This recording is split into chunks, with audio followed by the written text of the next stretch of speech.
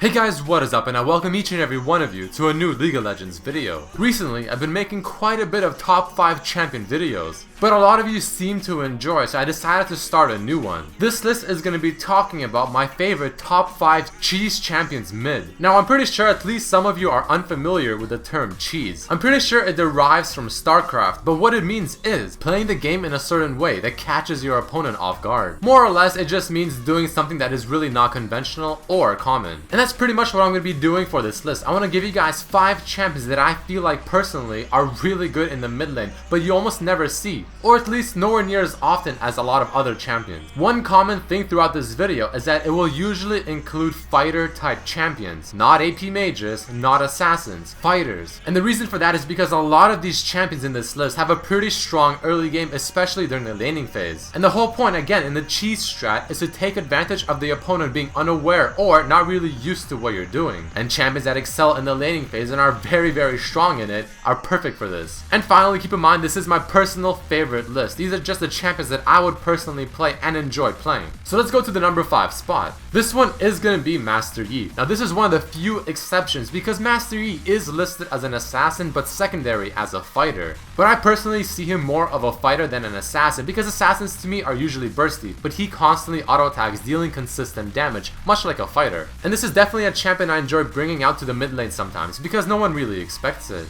So the Master Yi pros is the fact that his Q is actually pretty good in lane. It's somewhat safe, you can harass quite easily with it, and his CS is pretty decently. And on top of that, his Q is very useful when it comes to dodging certain spells, which really can be the difference between living and dying. Another cool thing about Master Yi, and it's also somewhat different than most of the people I have listed in this list, is the fact that he actually has high scalability, thanks to his passive especially. So his laning phase, even though it is pretty good with his Q and his passive if you time it right, the main thing about Master Yi is just how well he can scale into late game thanks to his passive and his ultimate. Then you have his Z giving him more damage, and if he activated, giving him bonus true damage, which is honestly pretty big. A cool thing about his W is that not only can it reset his auto attack, but you can use it to tank a lot of damage, or like an ultimate. And finally, exhaust is something that counters fighters and assassins quite often, but at least the good thing about it is the fact that Master Yi, with his ultimate on, the exhaust will only reduce his attack damage, not his move speed. The cons of this champion is that he has no actual range ability, even though his Q is kind of ranged. His ultimate does not reset the cooldown on itself anymore, only his QW and E. He has no actual CC to stop people in place. And finally, he has no innate escape, so if he ever gets ganked, it can be a little difficult to escape unless you're really good with the timing of the Q, and you're somewhat lucky.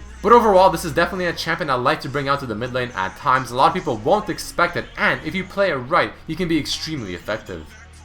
Coming in at the number 4 spot is going to be Riven. Now one thing I forgot to mention at the beginning is the fact that a lot of the champions that you will see in this list for the mid lane are champions that you would normally see top lane. Riven is quite the prime example of that, because usually you will see her in the top lane, not mid lane, but if you ever pick her and bring her to the mid lane, the enemy opponent will not expect it. They probably would have expected you going top, and again, it's a cheese strat and it can catch him off guard. Riven is also a very fun champion to play while also being very strong, which is why I decided to include her in this list. So the pros of Riven is the fact that she has solid mobility with her 3 Qs, her E, making her very mobile and hard to catch while also being good to chase. She also has consistent damage, something that's pretty common among fighters, much like Master Yi and most of the other people I have listed in this video. But on top of that, even though she can have consistent damage coming out, she also has great burst. If you ever flash in with her ultimate, E auto attack, W auto attack, Q ultimate, huge burst damage in a very low amount of time. Another cool thing about Riven is that she usually has pretty low cooldown on her abilities, especially if you get the boost of Lucidity, which you should,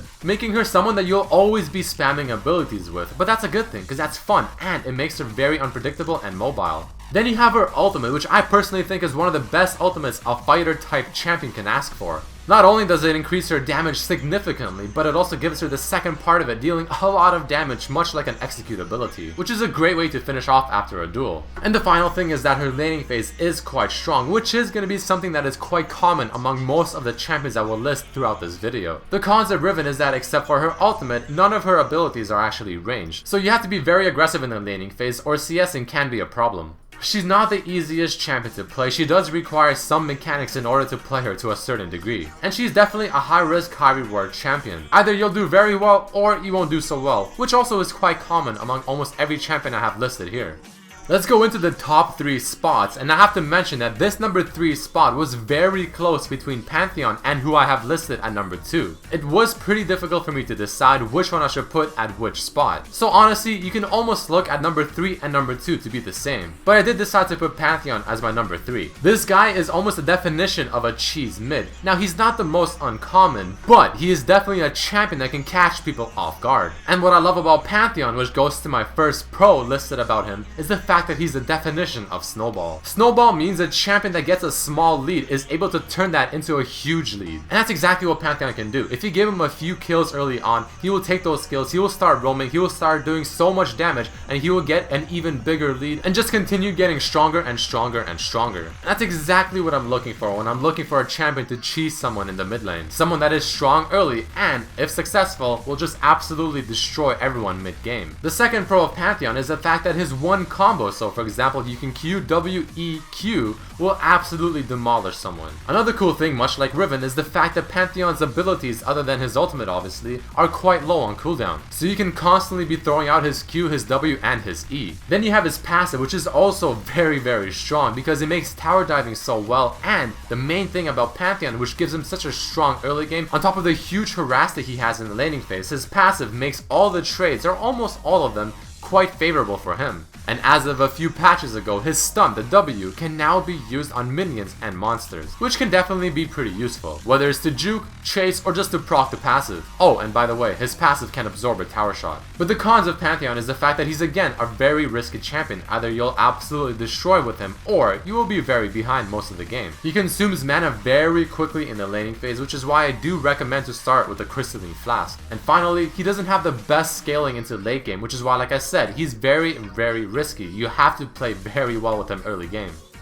Let's move on to the number 2 spot, where I decided to put Wukong. Now, I gotta be completely honest, I am a little nervous mentioning Wukong as a number 2. I've always kept Wukong as kind of my hidden champion in the mid lane. I almost never see anyone play Wukong mid, but I'm not really sure why, because he is so damn strong. And again, I'm really scared to mention him here, because I don't want other people to really start picking him up, and I really don't want to start seeing many Wukongs mid. But let's go on to the pros. He has absolutely ridiculous damage in the laning phase with his E and his Q. And not only is the base damage on these two abilities very high, on top of his Q being on auto attack reset, also the Q and the E both reduce armor and increase attack speed respectively, thus making his trade even more favorable. After the trade, you can always use his W to just simply disengage, or if you're getting ganked, you can always use the W and you can probably escape, or really any time throughout the game his W can be just so useful, and I really do love that spell. The next thing is the fact that his Q, on top of having sweet damage and armor shredding, it has huge range whenever you activate it, obviously more than melee range. Which is why it's so easy to just simply use your auto attack first and then reset with the Q, because even though they'll walk away a bit further, the extra range on the Q will make up for that. And on top of that, his Q does work on towers, which makes split pushing with Wukong something that is very effective. He has a very strong early game, but the cool thing about Wukong is that he also has a very strong mid and late game. Then you have his ultimate, which is definitely one of my favorite ultimates next to Riven's for a fighter. I mean, in a team fight, what more would you want than Wukong ultimate? And then you have his passive, which isn't the best thing in the world, but it is pretty nice because it does give you extra armor and MR, which is good because then you can just simply build mostly damage and the passive will make up for the lack of armor and MR that you'll build from items. Now the cons of this champion is the fact that again, like almost every other one, he has no ranged abilities. His wave clear isn't the best unless of course you get Hydra, which even then isn't that good because you have to be in melee form to clear it. And finally his E ability, which is the way he'll usually try to initiate a fight to follow up with his ultimate, can be denied by someone like a Janna with her tornado, which can definitely make things a little difficult. But overall this is definitely a champion that you don't ever see mid, but he is so darn strong and really is the definition of a cheese mid.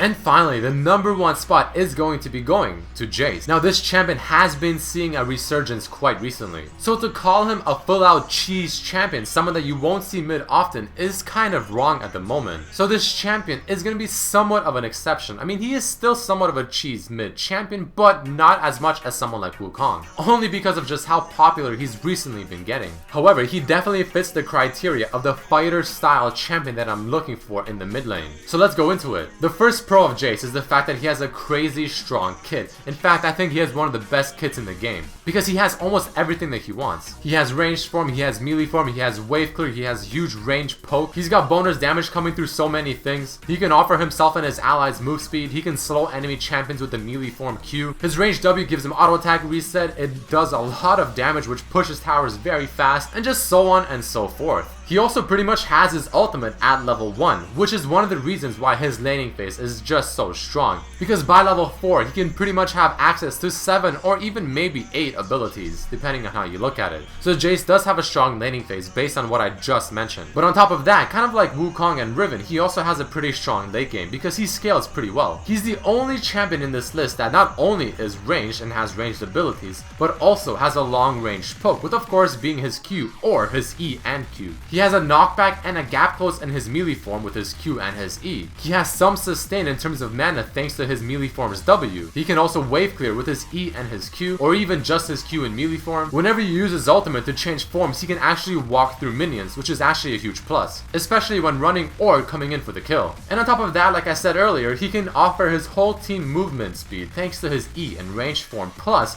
using his Q with the E to just simply increase the damage and range of his poke. Overall, just an amazing kid, really offering so much, and well deserved of the #1 spot. But let's go into the cons. So he does not have any hard CC like a stun, even though the knockback and the slow is still pretty nice. And arguably, the knockback can be considered hard CC. He's also not the most mobile, at least not as mobile as someone like a Riven can be, maybe even Master Yi, Wukong, or something like a Pantheon ultimate. His E plus Q can be a little awkward to land since you have to be very precise with it. And finally, he is also difficult to play just because of the sheer amount of abilities he has. Knowing when to use what ability can be a little difficult, especially at the higher stages of play. But overall, Jayce definitely deserves the #1 spot. Alright guys, so that's it for this video of top 5 cheese meds. I hope you did learn something new, maybe found some new champions that you may like in the mid lane, champions that you normally would not see. I highly recommend trying at least one of these guys in the mid lane. Again, if you did enjoy, please don't forget to throw in a like, share it with your friends, let people know about these champions, and I really hope to see you for the next one as well. Peace!